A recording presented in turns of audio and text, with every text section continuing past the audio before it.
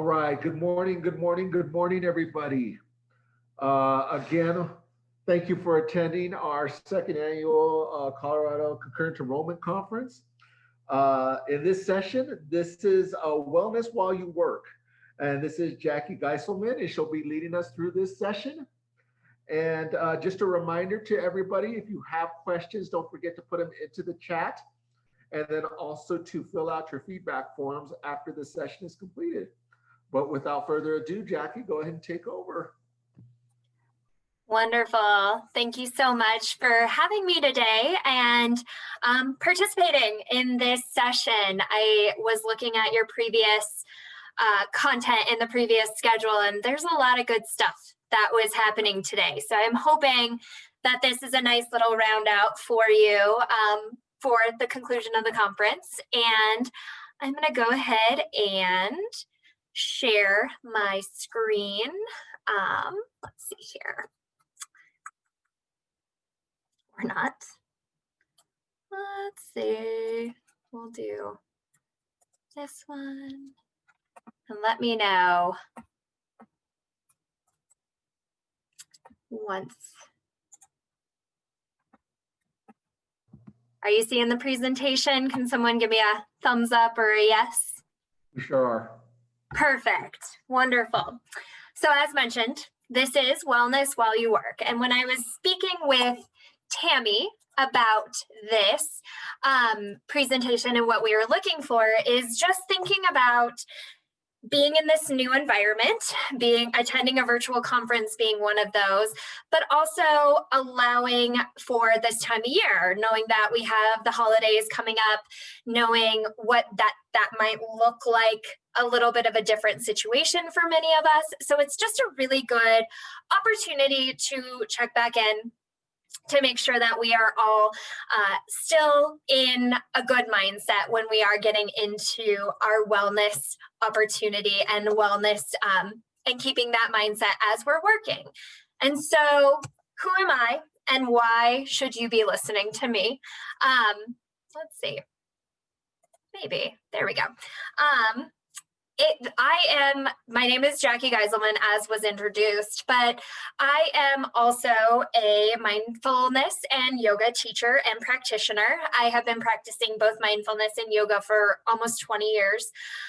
I am also a registered yoga teacher in addition to working at the system office. And so by day, I am a finance person at the system office, but then also try and maintain this yoga perspective and mindfulness throughout that. I always have a mindfulness focus in anything that I present and practice. I think that's the biggest thing. I know a lot of people, when they hear yoga teacher or practicing mindfulness, there's a connotation of it, but really it is something that we can practice and participate in any time of the day, any location. You don't need to be on a yoga mat or in your yoga pants. But that is one of the positives of working from home, is maybe you do get to work in your yoga pants now, which is wonderful. And so that's just a little bit of who I am and why I'm here presenting to you. And kind of what I was alluding to is when people think of mindfulness in yoga, a lot of times you think of enlightenment and aligning the chakras and sitting on top of a mountaintop for days on end. Maybe it is that you have to have a really great self-care routine, which is wonderful if you do, or a really great yoga practice. And yes, all of these things can be mindfulness and can be wellness, but that's not it. That's not the only thing. Really, what wellness is and really what mindfulness is looking at something and taking the perspective of changing it from angry or upset or frustrated or sad, and being able to hack our brains and hack our chemistry to allow ourselves to view things in a little bit more positive or cool, calm, and collective light. So it's transferring from these emojis into these emojis. That's really the goal for the whole presentation today. So wellness while you work. And really what this means is looking at our current situation, what we are participating in now, what we have now. And so thinking about work and in relation to stress, stress is something that is such a part of our vernacular. It's in our day-to-day life. Saying, man, I'm really stressed or I'm experiencing stress is something that we all say, but really what does it mean? And what can it have? What impact does it have for us as humans and with a human body and human brain? And so really, when it comes down to it, stress is a superpower. It is something that allows short bursts of focus and energy. It's our brain and our body reacting to something to give us that opportunity to really, really drive in and to find the best case scenario, the best case solution, to give us that focus or that little burst of energy. Really, from a prehistoric perspective, it was so we could survive. And so looking at that stress response and that stress hormones, and where it comes into play, it is a superpower. It allows us to be that extra little bit. But what happens a lot of times when we are looking at stressful situations, this new environment of learning how to deal with technology, to deal with a new situation, working from home, maybe having distractions, a lot of times stress can be a symptom of working from home and working in this new environment. So if we are looking at sleeplessness, maybe feeling a bit moody, maybe forgetfulness or a feeling of constantly being overwhelmed, this leads into that chronic stress realm. And so chronic stress is no longer those short bursts of energy, that short burst of focus. It is that we are constantly giving our body feedback and that constant loop of stress. And so our body starts to get used to that. It starts to feel comfortable or to crave that stress reaction. And chronic stress comes into play where it can actually be a detrimental response over time. So over time, chronic stress, again, we're training our body and we are training our minds to be comfortable and to crave those stress hormones. And what they actually do is they change our brain so that we kind of get overly used to those feelings. And this can actually change our genetics. It's an epigenetic change, which means that we're not altering our genes the way that radiation would. But what we are doing is we are changing which genes express. And so over time, this can actually lead to depression, to Alzheimer's, to metabolic changes where our bodies are craving more fatty, high calorie, calorie-rich foods, and then we store it away. So it could actually affect our weight and how we respond to hunger and thirst. And so it's a really, really interesting understanding of these chemical changes. And so what the goal for today is to understand that practice makes perfect. Practice makes perfect in both situations, where if you are practicing constantly feeling sleepy and moody and overwhelmed and stressed, that is what our body and our brain is going to perfect. We're going to get comfortable and perfect that scenario. So my goal for today and my hope for today is to give a couple cues, a couple strategies, a couple things that you can do to recognize when we are in a stressful situation and to see if we can use that superpower to benefit us, or do we need to check back in and practice pulling back and practice giving ourselves opportunities to get out of that stress response so that we can have a more appropriate response and not get stuck in that chronic stress kind of loop, that chemistry and physical loop of chronic stress. And so practicing that in a beneficial way. So again, remembering that practice makes perfect. Are we wanting to practice stress in a beneficial situation or practice stress in a situation that's a little bit more detrimental? And so my last reminder here is to use your superpower for good. Make sure that you are using that stress response to benefit you to the best and to use our little tips and tricks that we're going to go over today to possibly check out, kind of find those hacks that we can get into our brain. So how to combat chronic stress. Looking at this, knowing what it is, knowing the detrimental side effects of it, the number one thing that science has shown that we can do in any instance, any circumstance, any environment is to practice mindfulness and exercise. In other words, wellness. So those two things are the biggest thing that you can hack to get out of that chronic stress response. This hopefully would be obvious at this point, will decrease that stress response. We're practicing movement in our body and breath work in our body, mindfulness in our body that gives us that chance to recognize the stress response and to pull back a little bit from it. This actually helps increase focus because we are allowing that superpower to be used to focus when it is appropriate and to not get stuck in that distraction, that constant need for more stress. So we are allowed to focus in on the things that are important to us. That metabolic control, as I was talking about, when we are in stressful situations, our body chemistry is telling us that we're in survival mode. So we need to hang on to everything we've got, every calorie, everything we put into this body, we're going to hang on to it because we are in stress mode. We're in survival mode. We don't know when we're going to get more. So when you give yourself a beneficial response to this, it actually allows our body to respond to caloric intake in a more healthy and beneficial way. So we know that it's energy for when we need it. We don't need to hang on to it and store it for later use. For those of us who do have direct interaction with students, or maybe those of us who are students currently pursuing continuing education, or maybe with this new working from home environment, you decided to take on a master class or something, a little additional, taking on some new hobbies. Being able to identify when stress is powerful and good versus getting stuck in that feedback loop, it can actually improve academic success. So helping our students recognize these little tells of when we are getting into stressful situations can also be really beneficial for test outcomes or for success outcomes. And in reality, we're all in stressful situations right now. We're learning new environments. We're learning new ways to communicate. We're learning new ways to perceive. And that includes our students too. This is not typical school. And so allowing some of these strategies, maybe you can bring them into those conversations with students, can help academic success. And then, as I mentioned before, it actually does change the chemistry of our brain.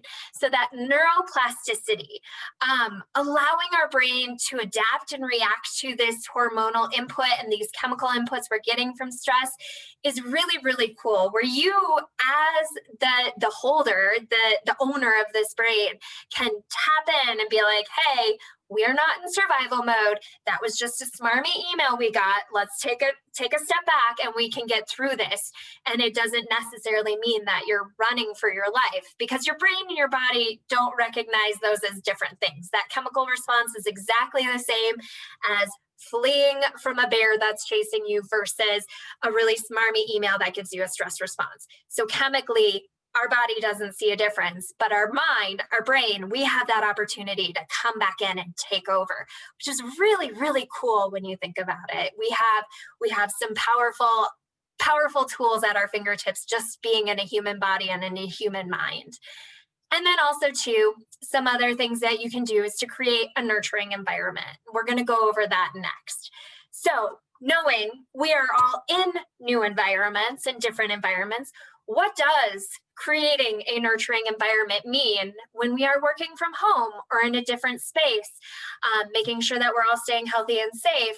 How can we decrease our stress response with surrounding our environment the way that it is? So first and foremost, one of the biggest things, especially in our current situation, is to set and keep a realistic schedule. And what this means is still keep that same schedule that maybe you were maintaining as you were going into the office. Perhaps you don't have the 20, 30, maybe hour-long commute each direction anymore. I always joke that my commute is from bed to the coffee machine to my office, which definitely helps a lot. But still keeping that routine of waking up at the same time for that bed to coffee machine to office routine is really, really important. And also too, even though we might have a little bit more flexibility, you still go to bed at the same time and still give yourself that opportunity, that brain, the opportunity to sleep and actually get a little bit of that reset. Also, part of this routine is perhaps to shower, get ready, make sure that you're going from your nighttime yoga pants into your daytime yoga pants, whatever that reset looks like for you. Give yourself, that brain, your body, this chance to feel that transition from personal sleep, get ready time into work mode. And then that allows yourself to give yourself that transition. Another thing is to make sure that you eat and that you're eating on regular schedules. This sounds really, really straightforward, but rather than having an 8 to 10 hour just snack sesh throughout the day, it is really important to give yourself that routine of still having some meals, still having a breakfast, maybe a midday snack, lunch, eating lunch at a realistic time, maybe afternoon snack and dinner. Those things are really, really important. Again, from a chemical response of we have these opportunities to access food, that we are not in a stress response, that we don't need to hang on to everything we're putting into our bodies because we are in a comfortable environment. We're combating that stress of learning and adapting to a new work scenario by keeping the chemical responses as regular as possible. Another step is to design a workspace that's all yours. So making sure that that workspace is a workspace. There has been a ton of studies, there's a ton of research out there about working in bed and where you sleep or watching TV in bed, because it tricks our brain into not realizing that that is the place for sleep. When we do need to reset, when we need to allow ourselves to shut down, to disconnect slightly, when we are sending mixed messages to our body and to our brain of, no, this space is for computer or for email management or for decompressing and watching TV, our brain doesn't necessarily get the message that, okay, it's time to start shutting down. And so the same way that we have that situation with our leisure activities like watching TV or scrolling through social media, that's the same for your workspace. So giving yourself a space where you can physically acknowledge you're walking into your workspace that allows your body to get set for that. And so allowing yourself this chance to find that designated workspace. Another thing to keep in mind with this workspace, especially for those of us who have family or partners or maybe kids at home as well, or in the case that you do have people visiting you potentially for the holidays and you're still going to have to work, be safe, make sure you're doing all the appropriate actions to do so, but also give yourself and those of you you're sharing this space with interruption cues. So knowing that there is a possibility someone's going to come in and ask if you would like another cup of coffee or if you need help or have a question for you. It's really important to set up those cues of maybe it's just a matter of having a pink and a green sticky note on your door. If the sticky note is green, it means that you're working on a task where it's okay to interrupt you. It's okay to ask you a question. It's okay to come into that space. But if you have that pink sticky note up, it means you're presenting or you're in the middle of a phone call or you need 20 minutes to really dedicate to this task and please do not interrupt me. And that's a visual cue to those of you that you're sharing space with to say, oh, can't interrupt right now. We'll give them a minute until they come out. So that is a really important boundary for you all to potentially set with those you're sharing space with so that you can still dedicate yourself to the task at hand, to what you need. So giving yourself and giving those in your space interruption cues is a really, really just quick check to help kind of keep yourself in that non-stress mode. Give yourself break alarms and activities. This is really, really big in this case of being in your comfortable environment, your home. And so it's really, really easy to get stuck in that work mode or in that screen time mode where you're just going because you're in your comfortable environment. Maybe you are in those comfortable spaces and you're allowing yourself this time to really dedicate in. But that said, it's still really important to give yourself little cues. Some of us have opportunities where we can still interact with our coworkers. Maybe it's through WebEx or through Jabber, whatever it might be. You still might get those little social cues like you would be in the office if someone were to come in and ask you a quick question or have a quick interruption. We don't have that same interaction though, being at home potentially by ourselves.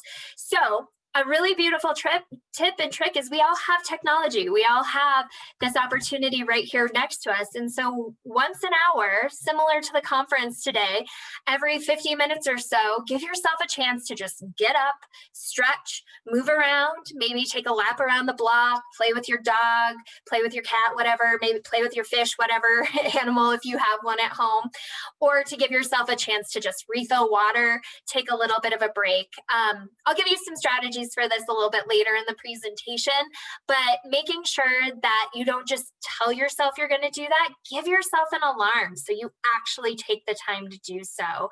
And then also know what activity you want to do. Maybe it's just a little stretch break. Maybe it's a walk around the block. Maybe it is a matter to just change your perspective for 10 minutes before you come back. And those little breaks, those quote unquote commercial breaks for our brain, have been ingrained in us. That is something that we need to keep focus. And so making sure that you are still allowing yourself, because even though you are staring at the screen for 4 hours at a time, you may not be productive for those 4 hours at a time. So taking those 20 to 40 minute break time out of those 4 hours will actually increase productivity. As I alluded to just a moment ago, drink water. Go ahead and look around your space right now. And if you want, you can use the little reaction cues in Zoom. Give me a thumbs up if you have water on your desk near you. If you do, give me a thumbs up. If you don't want to share, you don't have to either. But drinking water is super important. Staying hydrated, staying involved with that whole chemistry of our body. It is one of the easiest things to let slip without even realizing it. And water is so, so important. Again, for that metabolic control, for acknowledging your brain to allow it to recognize if it's hungry. Most of the time when we are getting hungry responses, we're thirsty. Yeah, I see some thumbs up. Good job. I'm glad you guys are all staying hydrated. I know, I respect that I have a Colorado audience right now too, so we're pretty good at that. But it is super important. I know a lot of times that is one of those break cues at work, is to be able to go and get a drink of water, but making sure when you're at home, you're doing the same thing, that you are keeping hydrated. And that might also help with those break alarms too. You might be able to give yourself an internal alarm. If you're drinking enough water, you should need to take more breaks to take care of that too. So just a really, really important tip. Another thing, as we talked about with keeping separate spaces for work, genuinely and honestly give yourself a time to disconnect, to remove that screen time. We are working on screens now. Maybe we're socializing on screens now, where personally I'm setting up what a Zoom Thanksgiving will look like with my family. And so knowing that we're going from work screen to personal screen to maybe social time screen to disconnect screen of watching TV or scrolling on your phone. So giving yourself a time to really unplug, disconnect is super, super important, especially for those brain cues to give yourself a break. That could be getting outside and walking around. It could be just giving yourself time to actually read a hard book, a paper book. And the big thing with that too, especially in our current news cycle, there's a lot changing, there's a lot going on. So it's super, super easy to get stuck in a doom scroll of just constantly looking at your social media or constantly looking at Twitter and having a lot of negative response. It's a really good way. I mean, it's a negative way, but it's a really powerful way that we can get our brain stuck in that stress response. So even if we're not experiencing chronic stress due to work, we might be giving ourselves other stressful input through that. So avoid the doom scroll. Literally unplug from all these screens that we have surrounding us. Even though it feels like downtime, it is giving your body some response to that just being away from a screen wouldn't do. And finally, move. We'll get into some of that a little bit later to give you some tips and tricks and strategies. But also too, some opportunities if it is not just a straight up break from your desk and break from your schedule, Perhaps in this new environment, there is a possibility to do walking meetings. If you have those opportunities to connect via Zoom like today, or WebEx, or Jabber, or any of those online platforms that we have available, Google Meetings, if you're not in charge of controlling the slide deck or giving an active presentation, perhaps you can participate in the meeting while you're on a walk, while you're taking a stroll around the block, while you're just outside slightly, you're not sitting in front of the screen. If you have that possibility, it might be a really great opportunity that we couldn't have necessarily interacted with in the office. So maybe that's a chance to check in and give yourself that little movement break while you're still being productive at work, but giving yourself that difference in environment. Scheduling workouts, one of the things that's really nice, or even just move times, if it doesn't have to be a full-on 45-minute HIIT class, just giving yourself a scheduled time to move. It's easy to move from bed to that coffee machine, to the office, to the couch, but still giving yourself those chances to move and actually get that heart rate up or get that blood flowing a little bit. It's really important. And it does help break up your day as well. Some of us might have had, when we were going into the office, the lunch break was the gym break. Going to that gym and getting that little bit of a reset, it's still really important to do that, even though we don't have to necessarily change the environments. And as I've been mentioning throughout, we're all lucky enough to live in a Colorado environment. Even though days are getting chillier, we still have that sunshine. We still have the opportunities to get outside. And even if a matter of getting outside is just looking out the window, it's a really, really great just brain reset to give yourself that little bit of non-screen time recheck-in. So, some strategies to try in the moment. So we're talking about this chronic stress response and knowing that that's going to happen, that those interactions and those inputs do come up throughout the day.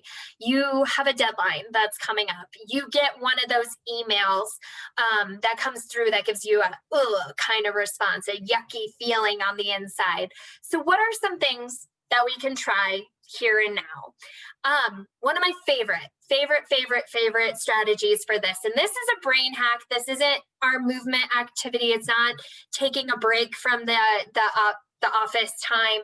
This is actually something that we can do when we recognize that we are having a stress response, is to practice the rule of 7. The rule of 7 is super straightforward. It's simple. All you have to remember is the rule of 7. I feel my heart rate elevating. I feel my shoulders going up. I feel my breath being pretty shallow in my chest. So what does the rule of 7 look like? Is, okay, whatever was causing that input, whatever gave me that response, was it an email? Was it a phone call or a deadline that was just put onto my lap? Will this, whatever that input was, will it matter in 7 seconds? If it is going to be a big deal in 7 seconds, I can give it 7 seconds of a stress response. I can give it 7 seconds of that response. And this is where that superpower comes into play, where it's like, okay, I need to take care of this. I need to do it now. I'm going to focus in on it and get it done. Will this input matter in 7 minutes? Again, that's a little bit bigger. It's not a yes, no response or a I'll get to it response. It's a, okay, I'm actually going to focus in and finish this. I'm going to turn off my email and get it done in 7 minutes. That is inappropriate. If that is the appropriate response to it, give it 7 minutes. Will this stress response matter in 7 hours? So that smarmy email you just got, does it impact you at the end of the workday the same way that it impacted you at the beginning of the workday? Now we're getting into a little bit of a different type of input, a little bit of a different type of interaction, but if it will matter in 7 hours, then yes, you probably do need to give it that full days of attention, that full amount of input for it. But if it was something that was just a 7-second input, but you're still letting it have a stress response for you 7 hours at the end of the day, that might be something where you need to step back and be like, okay, it doesn't matter. We can take some deep breaths and let it go. And you keep that going. Is this going to matter in 7 days? Will this input have the same response to me in my personal and professional life in a week? Then yeah, if it's that big of a deal, if it's something that you are starting a new project or taking on a new adventure, then give it that amount of time and don't let anything else impact that, but give it the appropriate amount of response. Will it matter in 7 months? So almost a year. Maybe this is new education. If you are taking on a continuing ed program, or you're looking at a new home situation, or those kinds of things. Those are 7-month responses. And then is it a 7-year response? That requires a lot of time. But the point of the rule of 7 is if it is a 7-second impact, don't give it a 7-hour stress response. Or if it's a 7-minute project, make sure that you're not giving it a 7 weeks worth of stress response. So make sure that your response and your input matches the impact of the event. Email, phone call, deadline, new adventure, whatever it might be. Again, make sure you're using your superpower for good, not for a negative impact. So how can you impact that positively? The next little strategy that I have is our 5 senses check-in.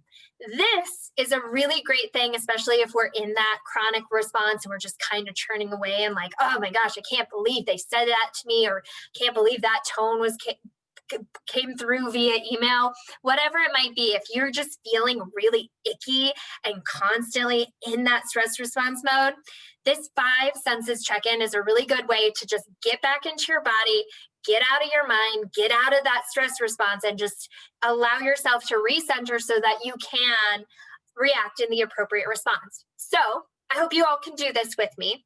So go ahead and find a perch on your seat. Try and not slouch back into your seat. Let yourself sit tall. And I like to take my eyes closed, or a soft gaze. You can just kind of try and look at the tip of your nose, or maybe at a speck on your desk or a speck on the floor. Just kind of let your gaze go fuzzy. Try and let the outer edges of your vision go fuzzy. And allow yourself just this chance, kind of like you're playing I Spy with yourself. What are 5 things that you can physically see in front of you? All those thumbs up. Maybe you see your water bottle. Maybe you see your coffee mug. Most of us are gazing at a screen right now. You see a screen, that speck that you are focusing in on. Maybe you have a house plant, or your pet is here with you. Maybe it is the hardwood floor, the carpet underneath your desk chair. Maybe it is your physical desk. So 5 things that you can physically see in your workspace here and now. And now, focus in on 4 things that you can hear. This one is really, really powerful, especially when we're in a comfortable environment. So being our homes in a lot of our cases, or our offices, if you are at the office participating, these are comfortable environments. So checking in with 4 things that you might have gone a little bit of white noise blind to, but what are 4 things you can hear? Maybe your heating system has kicked on and you hear the blowing of the air. Maybe you can hear that pet walking through the house, the jingle of their chain or their collar. Or maybe like my office assistant currently, they're snoozing next to you and you hear their soft snoring or soft breath. Maybe it's the neighbor's dog barking, or someone's getting a new roof. Maybe it's the ice machine working, or the dishwasher or washing machine. The 4 things that you might have gone a little bit of white noise blind to, try and focus in on those 4 things you can hear. And now physically, without physically moving and reaching out and touching anything, what are 3 things that you can feel and touch? Maybe you feel the seat that's underneath you. If it's your comfy office chair, or just a reminder that your chair is not that comfy and you want to update it. Maybe it's the choice of socks you put on today. Are they the nice, sleek, really silky ones, or maybe they're cozy and comfy and fluffy?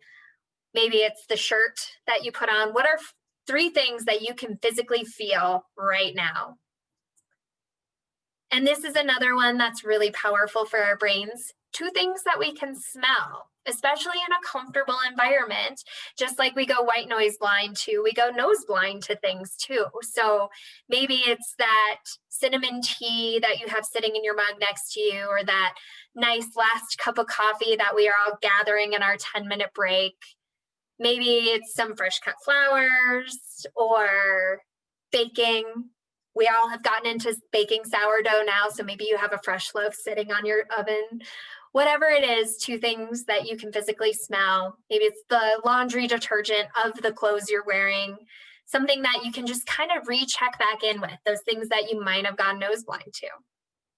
And this last one, this is where we get our brain in, rather than something you physically are tasting right now. What is that one taste that would be the most marvelous thing right here and right now? That one interaction that would be beautiful. Maybe it's a really lovely piece of dark chocolate, or that sip of coffee, or whatever you're looking forward to for lunch, making that really nice special lunch today, especially on a Friday conference day. What is that good thing that's going to break up your day? What is that one taste that will just make everything that much a little bit better? And try and manifest that in your mind's eye.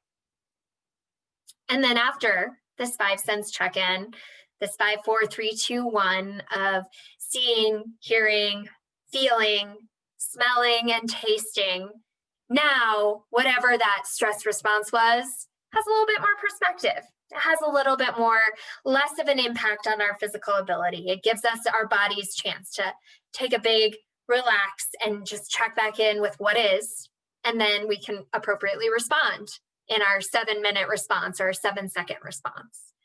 And then finally, as I was just mentioning, perspective is one of the biggest things that I focus in on when it comes to our stress response. And so I'm going to allude to this with this quote that I have on the screen from Whitney Wolfe Herd, is that life is about perspective and how you look at something. Ultimately, you have to zoom out. So the strategy that I use for this is called the pen is blue. So look for the writing utensil if you have one near you. It might just be your technology, your computer, your device, is how you're taking notes or how you're strategizing with this. But whatever it might be, that pen is blue, that pen is black, it's a pencil, it's a device. That pen is what it is. So when you are in a stress response and you're trying to fill something out and trying to get this to work, and oh my gosh, this pen is running out of ink and it keeps skipping, and it's the same as the font of which I'm writing, and it's not going to stand out, and it's going to be super frustrating to try and get these notes or to look back at my notes. I can't stand my handwriting with this pen. It's so frustrating. Or you're in the flow. You're in a good response, like being like, oh man, I'm getting so much done today. Look at all these check marks on my to-do list that I'm checking off with this pen. Or when it comes to technology, maybe it is a matter of Zoom is crashing for me. My Wi-Fi isn't working. The connection is really bad. This is so frustrating. Or it could be a matter of, thank God we have technology. Thank goodness we have this ability to connect remotely and still participate in these conferences, and to have this opportunity to connect with family and friends via technology. It's such a lifesend, especially in these current situations. In all of those scenarios, the pen didn't change. The pen stayed blue. The pen is what it is. It was just a matter of how you were using it. Technology didn't change. When it's working and when it's not, it is all a matter of how you perceive it and how you are reacting to it and how you are reacting to your situation, which is fine. Knowing that you have those 7-second and 7-minute responses, that is where that comes into play. But knowing the thing that you have control over and what you are able to impact is your response to it and how you are interacting with it. And so know that that is the biggest thing that it comes down to. Now, this next portion is actually going to be a little movement break. I'm not asking for any of you to turn on your cameras, but I do hope that you potentially try some of this. I do recognize that we have just about 12 minutes left in this presentation, which in reality, strategy, it's about a 30-minute break. So I'm not going to do that with you all, not the full 30 minutes, but I am going to have us do a little bit of movement break, and I'll give you some strategies here. As I mentioned before, I am a registered yoga teacher. And so one of the biggest things I think with mindfulness is showing us how we can move without necessarily having to get out any equipment or even really realistically moving from our desks.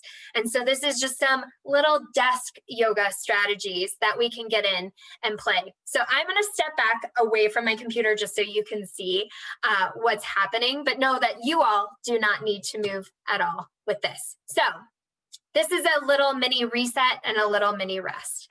I will go through what each of these are. And again, I do have some resources available if you would like, but we are going to do just a little bit of a reset. So I am going to stop sharing the slide deck.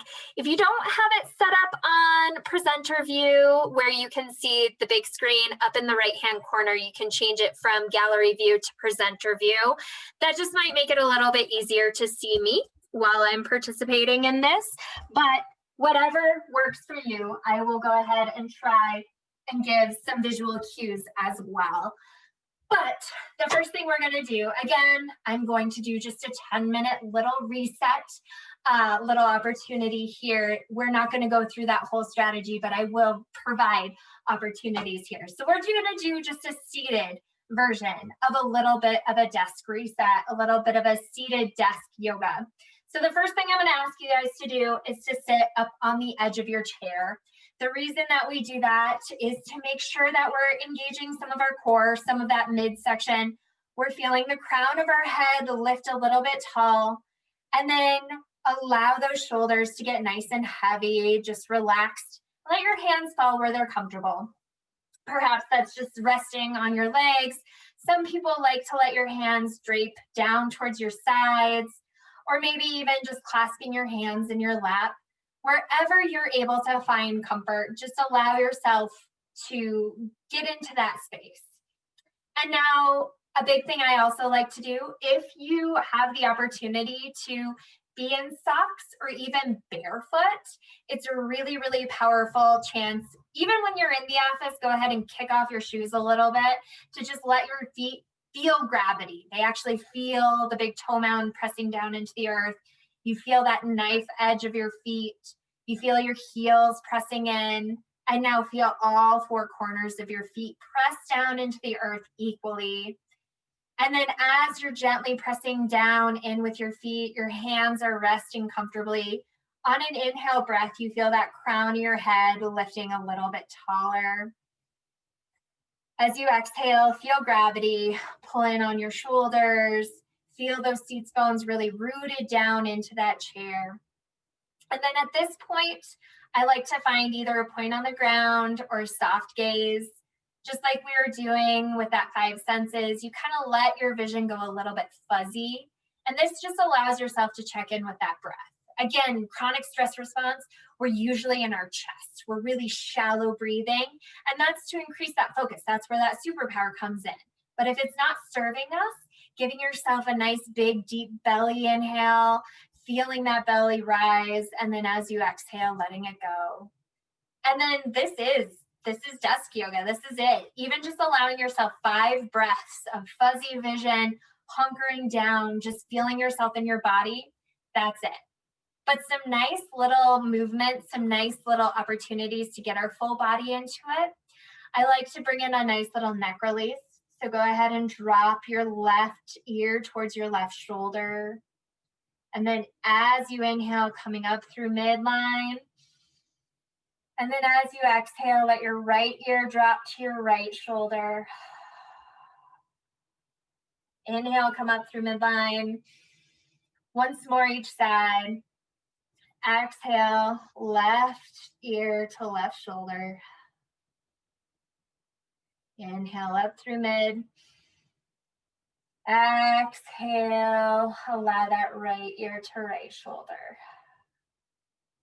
Inhale, come up through mid. And let's get into those shoulders. Inhale, pull those shoulders up towards your ears. And then as you exhale, squeeze those shoulder blades together and let them drop down. Continue those nice, big, slow shoulder rolls. Get your arms into it. Allow the full activity to just kind of feel that reset. And now let's change directions. If you were going backwards, go forwards. If you were going forwards, go backwards.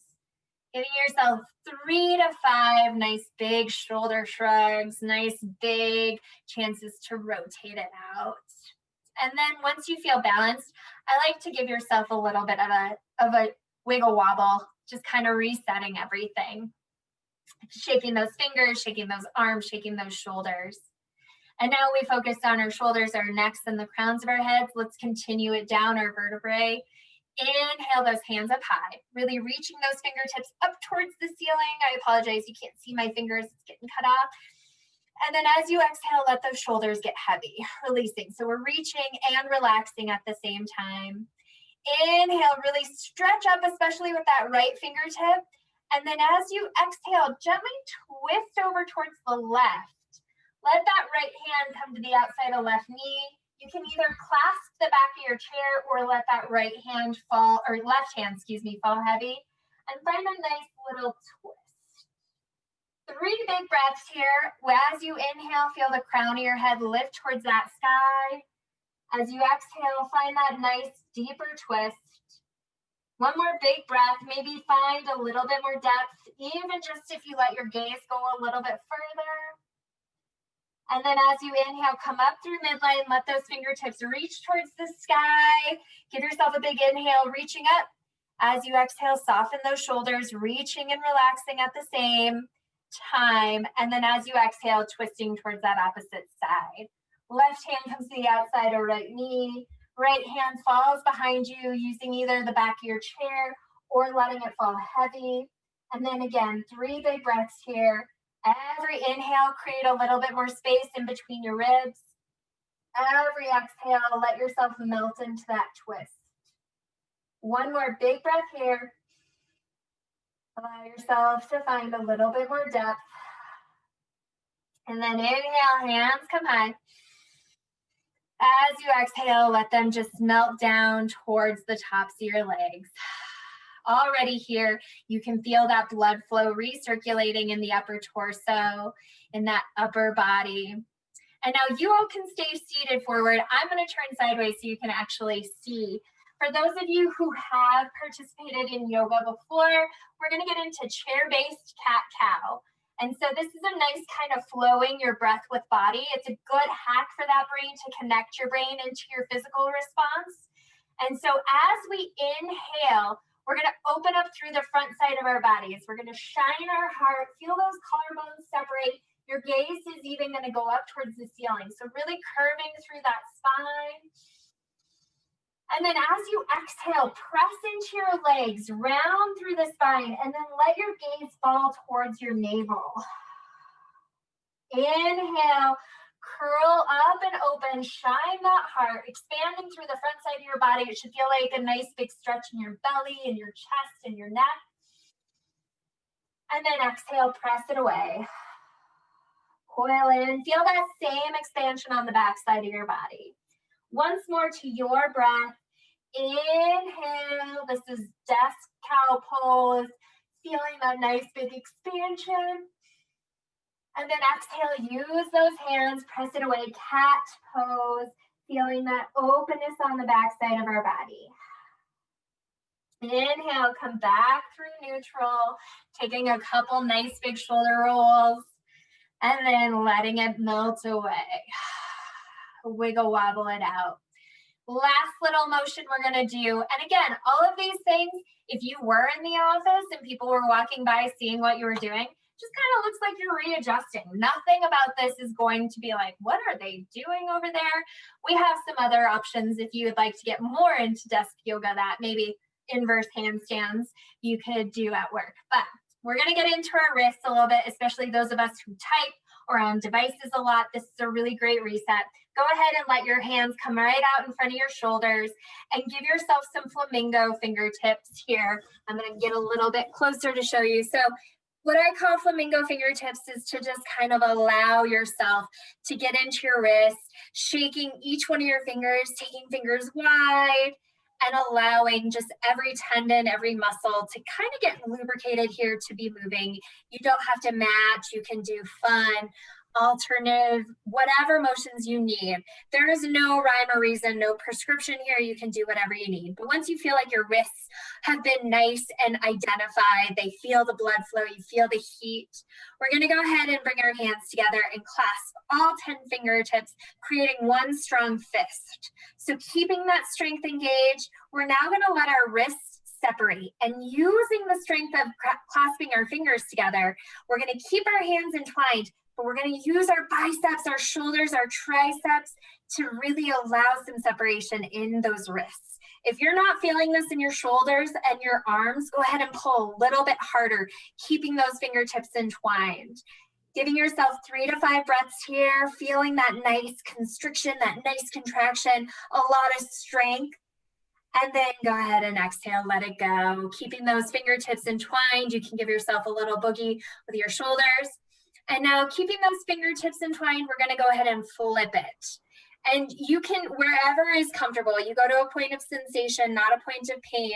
So it's fully extended. If this is not available to you, just go to that point where you can feel sensation in your fingertips and in your wrists. And go ahead and do that same thing, feeling that contraction, feeling that nice open release here. And then let it go. Letting your hands come down to your laps. I know we are right at our time. And so giving yourself a little desk shavasana. Shavasana in Sanskrit is dead man's pose. And so we are just going to let our brain and our body feel that complete and total stillness, that complete and total solace of that final rest. And the only thing I would ask is that whenever you do practice this, even if it is that little just mind recheck-in, a little boogie, give yourself 5 big deep breaths. You can take your eyes fuzzy or even allow your eyes to go closed, that gaze internal, and give yourself a nice big 5 breath reset. And again, I do see in chat, please provide feedback. I will also be providing this slide deck with the participants to be able to see that. And I will go ahead and just let you know here too in this slide deck, here's the practice we just went through. I do have a community college email for those of you who are in the system, but also in this slide deck, there is visual representation of all of the yoga poses described. Please know too that if you zoom in on my face, there's some really fun facial expressions that you can make a ton of fun of me for. But anyways, thank you all so much for your time today. Please let me know if there's any questions. I'm happy to hang out. I know we're at time, but I am in no rush to get out of here if you have anything. I really appreciate you practicing a little bit of wellness while you work. Thank you guys. Thank you, Jackie. We appreciate you presenting. We appreciate the workshop.